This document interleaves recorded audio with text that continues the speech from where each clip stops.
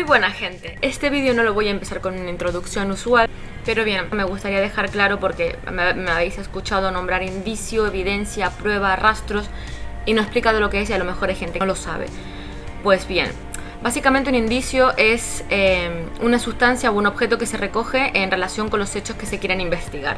Es cualquier objeto, cualquier, podríamos decir, rastro que se recoge dentro de la escena del crimen o de alguna escena que tenga relación con el crimen, que posteriormente se tendrá que investigar o probar. O sea, es un objeto con el cual podremos llegar a deducir otro, y una vez que podamos confirmar las deducciones se obtiene la prueba. Se podría decir que es todo elemento que se usa como medio para descubrir la verdad relacionada con una investigación criminal. Mientras que, por ejemplo, una prueba demuestra una evidencia, un indicio es el medio por el cual se llega a ciertas cosas utilizando ciertos tipos de razonamiento. Evidentemente el indicio es ese objeto que recogemos de la escena del crimen, pero evidentemente nosotros tenemos un razonamiento después de obtenerlo.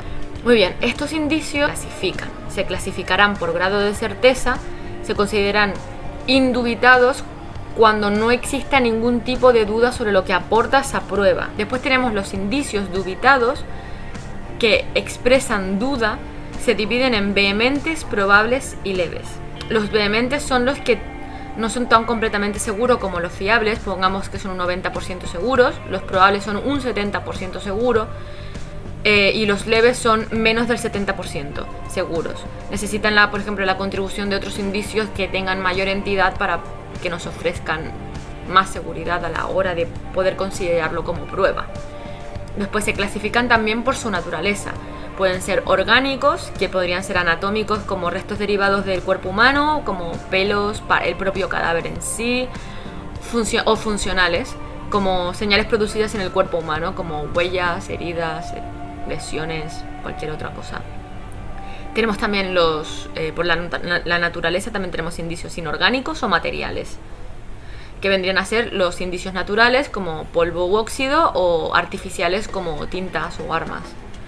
Y después tenemos la clasificación en relación con el lugar de los hechos, que aquí tenemos una clasificación extensísima, que la podremos ver en esta imagen que tengo yo aquí preparada para ustedes, que están los determinados o indeterminados, los asociativos o no asociativos, los microscópicos o macroscópicos, y los trasladables y los no trasladables. Dentro de estos indicios que acabo de nombrar, como veis aquí, los indicios determinados son aquellos que van a requerir solamente de un pequeño análisis minucioso y guardan relación directa con el objeto o persona que se investiga. Podrían ser las armas o las mismas huellas dactilares, por ejemplo. Los indicios indeterminados son aquellos indicios que requieren de un análisis completo para poder conocer su composición, porque de otra forma no podríamos obtenerlos, como por ejemplo los pelos, las fibras, el semen, la orina, el vómito, cualquier fluido del cuerpo humano, etc. Después tenemos los indicios asociativos, los que corroboran y guardan relación directa con el hecho que se investiga. Por ejemplo, podemos aquí incluir una bala o un casquillo de una bala. Y los indicios no asociativos, que se localizan en el lugar del hecho o del hallazgo, pero que no están relacionados de forma íntima con el caso que se investiga.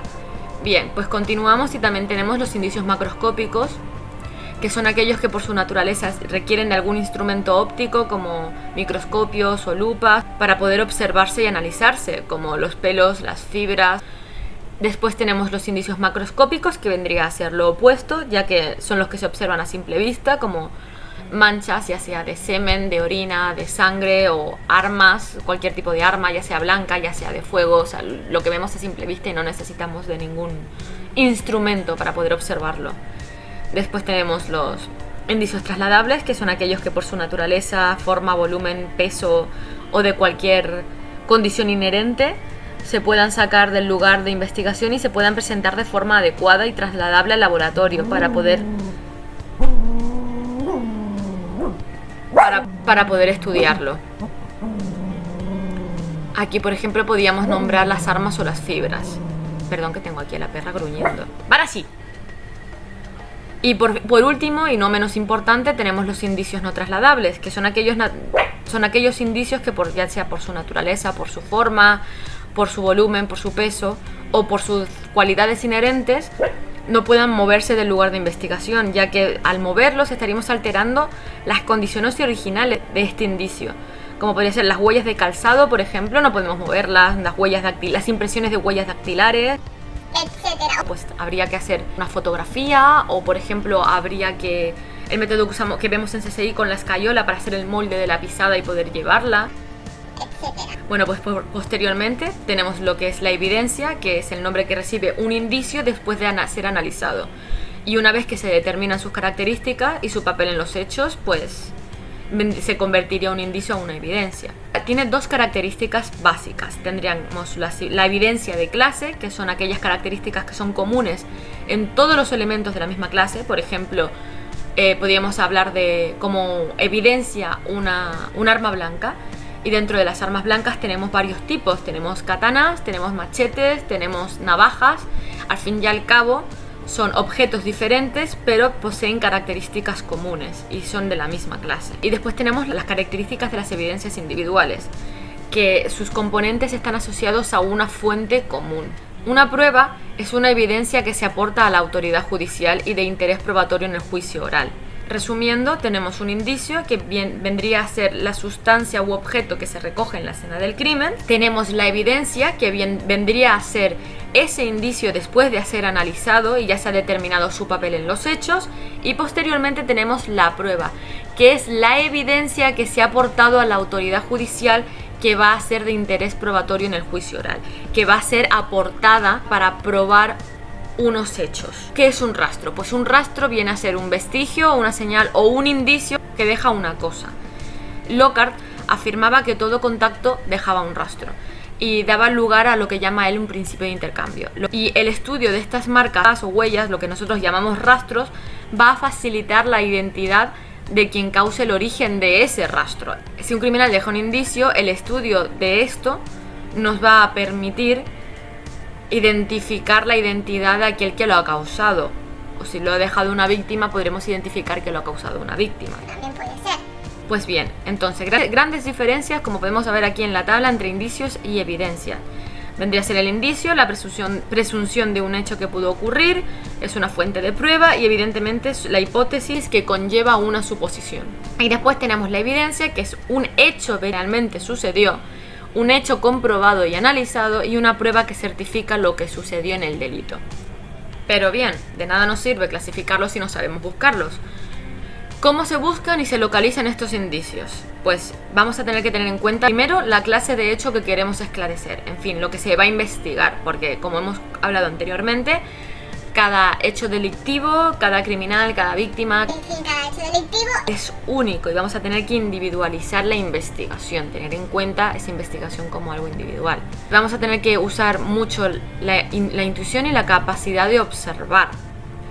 Hay que saber distinguir y eliminar las huellas producidas por personas extrañas del hecho, porque evidentemente posteriormente cuando un investigador pisa la escena, a lo mejor hubo gente antes, hubo testigos, la persona que posiblemente haya llamado a emergencias también haya tocado algo de la escena del crimen, las propias personas que acordonan la zona a lo mejor pueden haber adulterado la escena. Entonces tenemos que saber identificar qué indicios pertenecen a la escena del crimen y qué otros indicios pueden haber sido dejados por personal externo. Tenemos que hacer constar no solamente las evidencias que se encuentran, sino también las que, de acuerdo con la forma del hecho, se suponían que deberían estar y no se encontraron. También hay que tener en cuenta que los indicios son instrumentos muy delicados, teniendo en cuenta la verdad que nos van a ofrecer, y que se deben de tratar con toda la tecnología y metodología vigente disponible para su protección, colección y estudio. Y aquí se va a tener que tener en cuenta que es muy importante la cadena de custodia. Bueno, básicamente, a grandes rasgos, la cadena de custodia consta de varias fases, en las que las voy a nombrar ahora en orden. Sería la preservación. Hay que conservar el lugar de los hechos en su estado original la máxima medida de lo posible, porque cuanto más adultere la escena, más difícil va a ser de investigar. Posteriormente, observación. Hay que hacer un reconocimiento visual de la escena de los hechos para poder localizar previa a la recogida todos los indicios.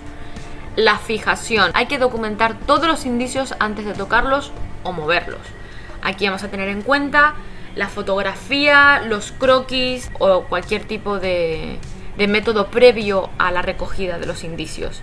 Posteriormente se procede al levantamiento y embalaje de los indicios. ¿Qué es esto? Pues se recolectará y se empaquetará de forma adecuada los indicios. Una vez recolectado y empaquetado todos los indicios de forma adecuada, hay que tener en cuenta la continuidad de la cadena de custodia. Habrá que garantizar la conservación y la originalidad de cada indicio hasta que sea almacenado como evidencia. Tiene que llegar de forma intacta con su respectiva etiqueta y respectivo embalaje para que no se adultere la muestra. Y posteriormente se hará la confirmación en el laboratorio para poder demostrar el origen de esos indicios. Y una vez terminado todo lo que se termina en la escena del crimen, se procede al levantamiento del cadáver, el cual también será considerado evidentemente como indicio en su momento y como posterior evidencia. Antes de finalizar el vídeo me gustaría agradecer a 2 personas que me están apoyando muchísimo con este canal, con este proyecto que tengo, y aunque ellos consideran de que simplemente aportar un granito de arena, para mí está siendo muy importante porque nunca pensé que entraría a YouTube teniendo apoyo. Entonces quería decirle a Quintuple Show que muchísimas gracias por todos los consejos que me ha dado y muchísimas gracias por el empujoncito que me dio en su directo, que me pareció un detalle genial. Y también me gustaría agradecerle a Una Alienada, lo siento por nombrarte, pero es que de verdad que ha sido mi mayor apoyo desde que entré, que siempre le pareció guay el abrir un canal de criminología y fue ella la primera de que promovió mi canal para que la gente se suscribiera. Así que desde aquí les quiero dar un beso muy grande a los dos y que cualquier cosa que necesiten de mí ya saben dónde estoy. Muchísimas gracias, de verdad, en serio, no sé cómo, de verdad que no sé cómo agradecerlo, es que no tengo palabras. Así que para lo que queráis, aquí me tenéis.